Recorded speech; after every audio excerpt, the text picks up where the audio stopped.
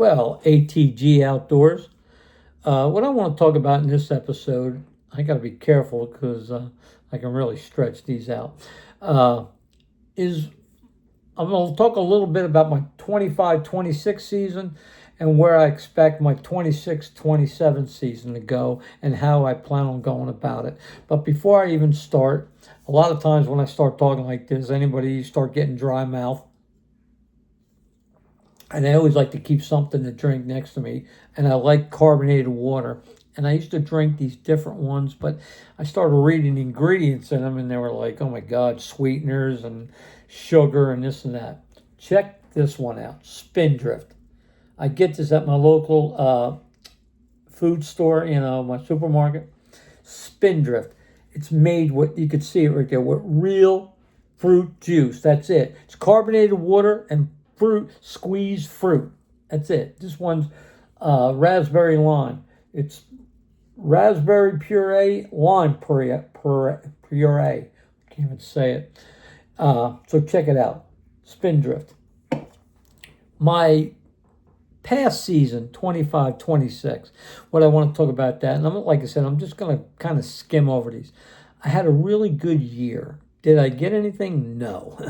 But I had it where I was just going after my personal best, and I was talking about that. And as luck would have it, I had the opportunity came about. And when I shot, I missed. When I hit that deer, I hit it right there, right in the brisket. But the deer I shot, I had a white patch right there. And as luck would have it, I waited till almost the third week of November before I shot my first arrow. Had plenty of opportunities, and this is the part that I disagree when other people do it. I didn't shoot any does. I could have. I had plenty of opportunities, but I was so fixated on shooting a big buck and my personal best. I just said, that's it. I like tunnel vision. That's all I'm doing. And I tried. I busted my keister humping corn up these hills where I hunt. And anybody's familiar with northern Kentucky, it's nothing but hills. I do have access to a four-wheeler, but I didn't want to use it. For the fact is, I didn't want to make too much noise up in the woods, so I walked. And I walked this stuff up, and it got the better of me. And I'll be the first to admit, I ended up giving myself a hernia, and I got that fixed, this right after the hunting season. So I got that done. I got a lot of, getting my body back into shape. And I'm never going to do it, like I said, I'm never going to do and just fixate on just one deer. Because I had some good opportunities at quality deer like that in the 140, high 130s, 140 class. And I enjoy doing it. I enjoy the hunt. It's not only about the rack. To me, it's that whole scenario. If it was just a big buck walks in, you shoot it and you kill it, so what? You know what I mean? I mean, it's exciting. But I like when the whole saga, the whole thing just grows. It's got to be before, a beginning, and an after. You know what I mean? It all works and really gets you riled up. And I don't like when I hear other people that talk about that, where they, a deer comes in, it's a good one, he's getting all worked up, and the only reason he didn't do it, it just didn't have that rack. And I don't begrudge people for going after a particular deer, because that's what trophy hunting's about. And again, I like hearing those stories, but it's not me. I got a buddy of mine in New Jersey. That's how he is. He gets so fixated on a single deer, and it's exciting, and when he does it, great. But again, that's not me. So that was my 25-26 season. It ended with kind of not a flop, because I had a good season. Like, I'll take a page out of Dabo Sweeney's book, the coach at Clemson. Just because we didn't win the national title doesn't mean they didn't have a good season. And that's me. Just because I didn't shoot my personal best doesn't mean I didn't have a good season, because I really did. But again, follow me in 26 and 27, because I'm hoping I don't want to do that again. I'm gonna hunt the way I like to hunt and how I used to hunt. I'm going after a good deer, and I'm not saying that because I got plenty of time, and here in Kentucky, we're only allowed one buck. So you got to be a little, you got to be careful. You shoot too early. Yeah, and I talk about this. We have to do this. We have to start harvesting a lot of does, especially here in Kentucky. I got people that want them, and I got to start. I tell people I'm going to do it, and I never do. The opportunity comes, and I'm like, no, I'm not going to do it because maybe there's a big buck behind it, or maybe I'll blow the opportunity at a real good buck, my PB buck, and so I kind of just let it go, and I'm not going to, not this year. I'm going to shoot some does because that's what we should do as hunters. We should harvest some does. You got to harvest the does, and then as the season goes on, it's only going to get better, and that's what I noticed here in Kentucky. I'll be honest with you, it's tough to do, but our best part of our hunting is late in the year. I got pictures. I'll show you. You could get on my channel and on my ATG Outdoors, on YouTube, and see the deer I got in my yard. Pictures I have when I'm out there hunting that come in and out. And I have some good ones. But again, check it out. Another thing that I did this year, I bought this thing for my bow. It's by Mag Pro or something. It goes on your stabilizer, your phone. There's a magnet right here. They give you this thin metal plate for the back of your phone. You stick it on there, and trust me, when you put your phone on this thing, it is not moving. You're not going to drop it. But the only thing I'm going to do, if I do hook my phone to this, I bought this thing off of Rogue, R-U-G-U-E, something like that. Rogue Fishing. It's a tether. And that's another thing, that hooks to your phone, and I can hook that to here, or that tether to me, to my phone. So if I drop it, it doesn't drop. Because I dropped the phone once before and I broke the screen of a good iPhone. And so now I got this tether. I'll post that.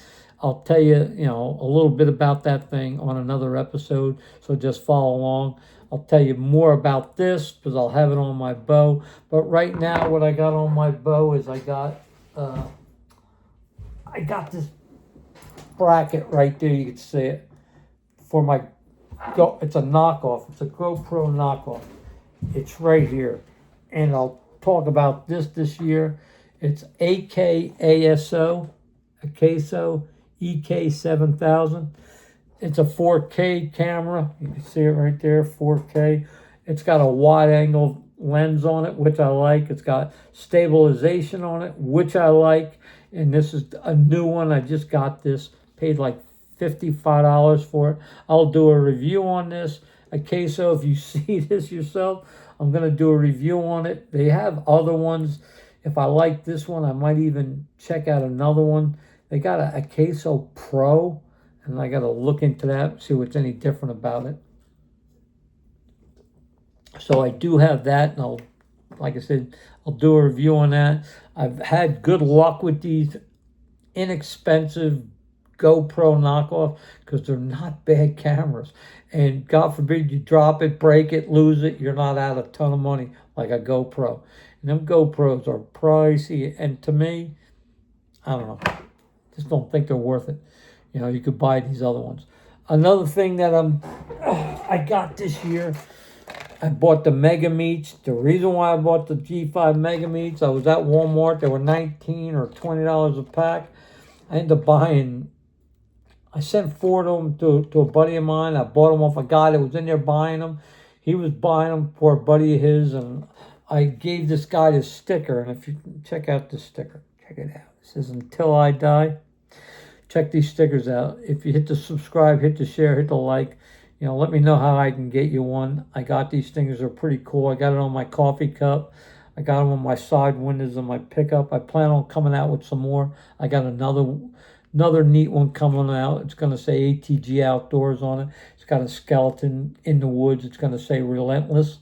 I think it's either Relentless or something else. I got to think about what I want to put underneath it like that, or the Until I Die. Just a little saying that I come up with.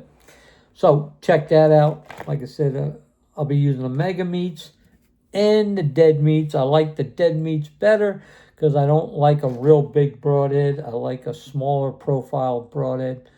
And so I got plenty between the mega meats and the dead meats. I think I got like 15 of them, so I got plenty. I got to start shooting some deer. Okay, before I go, again, check out Spindrift.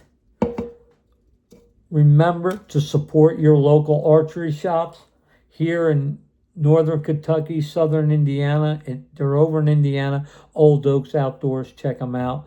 And if you don't support your local archery shops when it's time to get your bow strung, tuned, timed, something wrong, you need this, need that, they're not going to be there. So don't jump on Amazon. Don't, and a lot of times you can get in touch with them. I don't know. I'll talk when I go to Old Oaks. Maybe you can, if you call them up and you can't make it there, they'll ship it to you. They need the sales. That's what keeps them afloat. But if you're looking for a new bow, maybe you got an older one you want to trade in. They're doing a lot of trade-ins now. So maybe you're looking for a second-hand bow. You don't want to spend the big bucks, but you want something newer. That's what I did. I was shooting a Hoyt Charger. That Hoyt Charger was probably 15 years old. I ended up buying this. I was going to buy a bow off that archery shop. And the only reason I didn't, because I ended up meeting this guy at the NWTF. I talked to everybody, and I met this guy, and he had a bow. He told me he had a bow for sale. And I'm familiar with the Defiance, the Spiders, the Carbon Matrix, that kind of year bows, anywhere from the 16 to the 2016 to 2018, and I know they were the flagship bows at the time, so I knew they were good. I shot a Hoyt Defiant once before. It was a Carbon Defiant, but I did shoot one of them once before, and I liked it. So, as long story short, I bought this off the guy from Ohio. He shipped it to me, and I don't even want to say what I paid for it because it was crazy. I mean, we just hit it off, and like I said, the bow's like brand new. I love it. If you're looking for a secondhand bow, shoot me a message. I can go to that local archery shop, look around. They'll take some pictures. Let me know what you're looking for in the price range, and I can help you out. And anything else? Well, it's time to go. Again, if you're interested in one of these stickers, let me know until I die. And let me know how I can get it to you. Shoot me a message. Again, hit the like, hit the subscribe, hit the share. Help me grow my channel. So with that, ATG Outdoors, boom, bodies and bows. Like I always say, just do it.